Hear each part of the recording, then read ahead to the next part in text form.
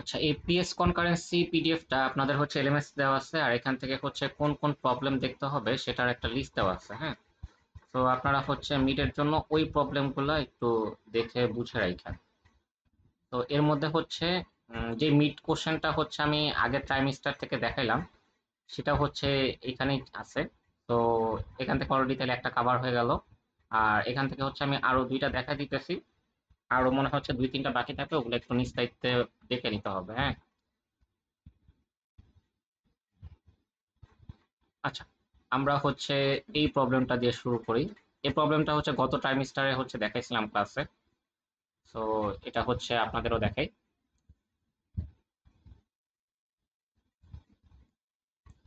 তো এটাও দেখেন, এটা হচ্ছে প্রডিউসার কনজিউমার প্রবলেমটা বেসিক্স এর উপরই হচ্ছে আরেকটা প্রবলেম।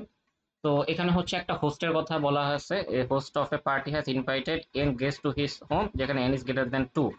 তার মানে গেস্ট এখানে হচ্ছে মাল্টিপল, ঠিক আছে, দুইয়ের অধিক।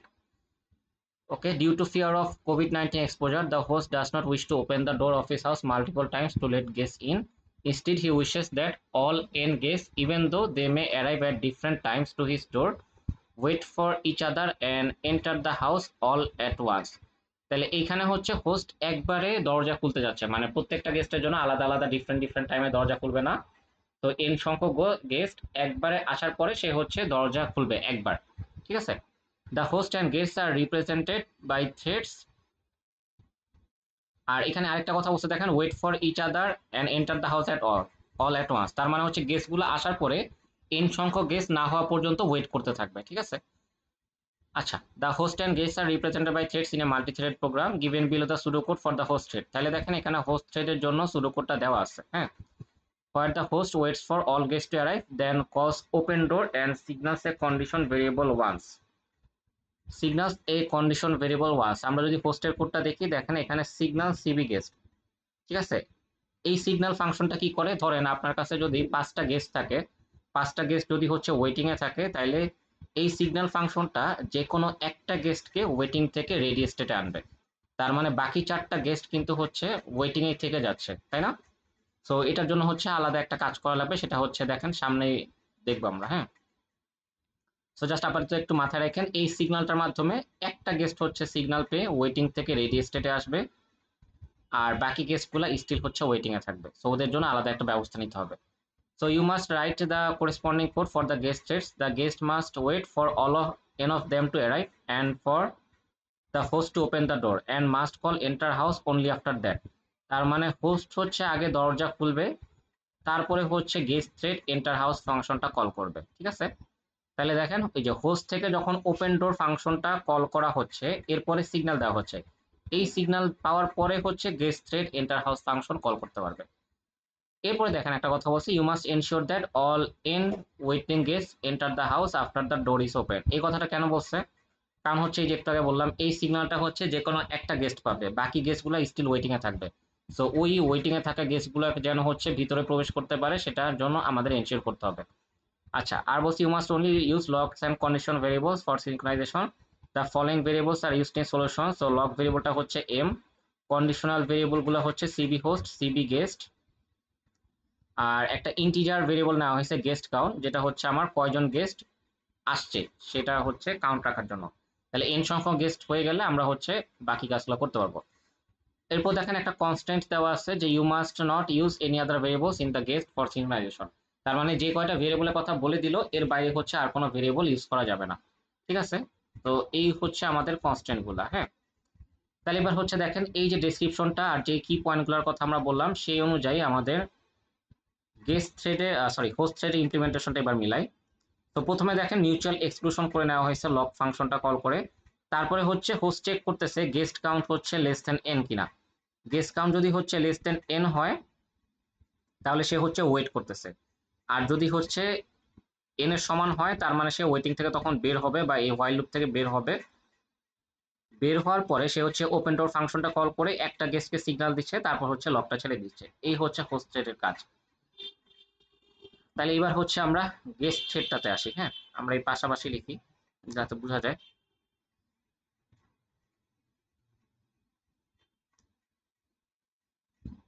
তাহলে এখানে হচ্ছে গেস্ট থ্রেড। আচ্ছা, তাহলে গেস্ট থ্রেডের জন্য কি প্রথমে হচ্ছে আমার মিউচুয়াল এক্সক্লুশন এনশিওর করতে লক ফাংশনটা কল করে নেওয়া হবে। আচ্ছা, এবার দেখেন গেস্টের কাজ কি, যে এই গেস্ট ফাংশন মানে গেস্ট থ্রেডের ফাংশনটা যখন একবার রান করবে, এই ফাংশনটা রান করা মানে কি, যে একটা গেস্ট হচ্ছে এখানে উপস্থিত হইল। হ্যাঁ, এটা আমি যদি আপনাদের একটু ডিটেলসে বুঝাইতে চাই, তাহলে এখানে একটু ধরেন চিন্তা করেন যে আমাদের তিনটা তিনটা স্টেট আছে। হ্যাঁ, একটা হচ্ছে রেডি স্টেট, একটা হচ্ছে রানিং স্টেট, একটা হচ্ছে ব্লক স্টেট, তাই না? স্টার্ট স্টেট, তারপর হচ্ছে জুম্বি স্টেট, ওগুলো আপাতত লাগবে না। তাহলে চিন্তা করেন যে আপনি এই সিমুলেশনটা করার জন্য একটা হোস্ট থ্রেড তৈরি করছেন আর তিনটা গেস্ট থ্রেড তৈরি করছেন, তাহলে G1 G2 G3। তাহলে এরা সবাই হচ্ছে রেডিতে আছে। হ্যাঁ, হোস্ট হচ্ছে এই ফাংশনটা রান করতেছে আর গেস্ট থ্রেড হচ্ছে এই ফাংশনটা রান করবে। তাহলে একটা গেস্ট যখন হচ্ছে এই ফাংশনটা রান করবে, তার মানে সে হচ্ছে কি হলো, রেডি থেকে হচ্ছে রানিং এ আসলো। তাহলে এই যে রেডি থেকে রানিং এ আসলো, এইখান থেকে হচ্ছে আমরা বুঝতেছি কি, যে একটা গেস্ট হচ্ছে আপনার হোস্টের বাসার সামনে আসলো।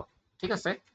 তাহলে এই ফাংশনটা যখন রান হবে প্রথমবার, মানে একবারই রান হবে, যখন রান হবে তার মানে কি বোঝাচ্ছে, একটা গেস্ট হচ্ছে হোস্টের বাসার সামনে আসলো। তাহলে একটা গেস্ট যদি হোস্টের বাসার সামনে আসে, তাহলে আমাদের গেস্ট কাউন্টটা বাড়াইতে হবে। তাহলে আমরা গেস্ট কাউন্টের ভ্যালু 1 হচ্ছে ইনক্রিজ করব। ঠিক আছে? আচ্ছা, এরপরে দেখেন যে গেস্ট কাউন্ট যদি হচ্ছে n হয়, তাইলে হচ্ছে হোস্টকে সিগন্যাল দিতে হবে যে n সংখ্যক গেস্ট চলে আসছে, এবার সে হচ্ছে দরজা খুলতে পারে। তাহলে এবার হচ্ছে আমরা একটা কন্ডিশন চেক করব। তো এইখানে দেখেন যে আমাদের ইফ কন্ডিশন দিয়ে হয়ে যায়, মানে ইফ কন্ডিশন ইউজ করব, হোয়াইল লুপ লাগবে না। তো এখানে দেখেন যদি গেস্ট কাউন্ট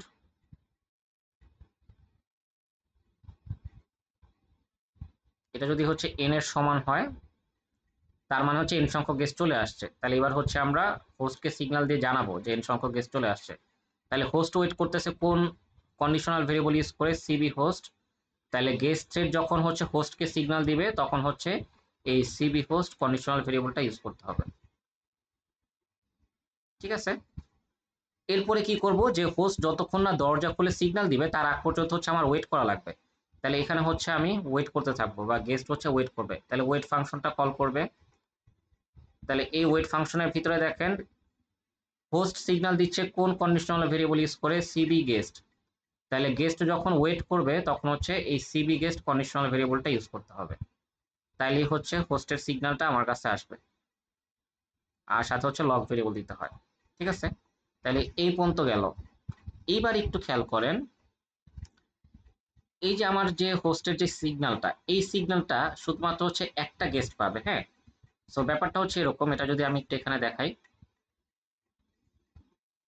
তাহলে এই যে আমাদের তিনটা গেস্ট ছিল। হ্যাঁ, ধরলাম হচ্ছে সবগুলা গেস্ট আসার পর পর এই তিনটা গেস্ট হচ্ছে এখন ব্লক টেস্টে আছে। যখন হচ্ছে আমরা ওয়েট ফাংশনটা কল করি, তখন হচ্ছে থ্রেডগুলা ব্লক টেস্টেডে চলে যায়। ঠিক আছে? আর হোস্ট হচ্ছে রানিং আছে। আচ্ছা, এইবার হচ্ছে এই হোস্ট থ্রেডটা এই যে সিগন্যালটা দিল, এই সিগন্যালটা হচ্ছে যে কোনো একটা গেস্টের কাছে যাবে র্যান্ডমলি, এটা কোনো ঠিক ঠিকানা নাই। ধরলাম হচ্ছে এই সিগন্যালটা G3 এর কাছে গেল। হ্যাঁ, র্যান্ডমলি ধরলাম G3 এর কাছে গেল, G1 এর কাছে যাইতে পারে, G2 এর কাছে যাইতে পারে, এটা কোনো ঠিক নাই। আচ্ছা, তাহলে G3 এর কাছে যদি এই সিগন্যালটা যায়, তাহলে হচ্ছে G3টা ব্লক টেস্টেড থেকে হচ্ছে রেডি স্টেটে আসবে। ঠিক আছে? তাইলে এরপরে কোনো এক সময় G3টা হচ্ছে রান করার সুযোগ পাবে, তাহলে সে হচ্ছে রান করলো। তাহলে এবার দেখেন G1 আর G2 এই দুইটা গেস্ট কিন্তু স্টিল হচ্ছে ব্লক টেস্টেডেই আছে। তাহলে ওদেরকে হচ্ছে কি আমার ব্লক থেকে হচ্ছে রেডি স্টেটে আনা লাগবে না, যেন ওরা হচ্ছে পরবর্তীতে রান করার সুযোগ পায় এবং হচ্ছে হোস্টের বাসার ভিতরে প্রবেশ করতে পারে। তাহলে এইটা করার জন্য এইবার দায়িত্ব হচ্ছে এই গেস্ট থ্রেডের, যে অন্য গেস্ট থ্রেড গুলাকে হচ্ছে সিগন্যাল দেওয়া। বুঝতে পারছেন? তাহলে এখানে হচ্ছে একটা পসিবল ওয়ে কি হইতে পারে, যে এই গেস্টটা হচ্ছে আরেকটা গেস্টকে সিগন্যাল দিল, মানে ও হচ্ছে একটা সিগন্যাল ফাংশন কল করলো, যেটা র্যান্ডমলি এই দুইটা গেস্টের মধ্যে যে কোনো একজনকে ব্লক টেস্টেড থেকে রেডি স্টেট নিয়ে আসবে। ঠিক আছে? তাহলে পরবর্তীতে কোনো এক সময় এই গেস্ট থ্রেডটাও রান করার সুযোগ পাবে। সে আবার যখন হচ্ছে সিগন্যাল দিবে, তখন হচ্ছে আরেকটা গেস্ট থ্রেড সেই সিগন্যালটা পেয়ে ব্লক টেস্টেড থেকে রেডি স্টেট চলে আসবে। তাহলে এইভাবে হচ্ছে একজন গেস্ট আরেকজন গেস্টকে সিগন্যাল দেওয়ার মাধ্যমে ব্লক টেস্টেড থেকে রেডি স্টেটে আসবে। এইবার খেয়াল রাখার বিষয় কি, আমরা হচ্ছে এই গেস্ট ফাংশনটা ইমপ্লিমেন্ট করতেছি।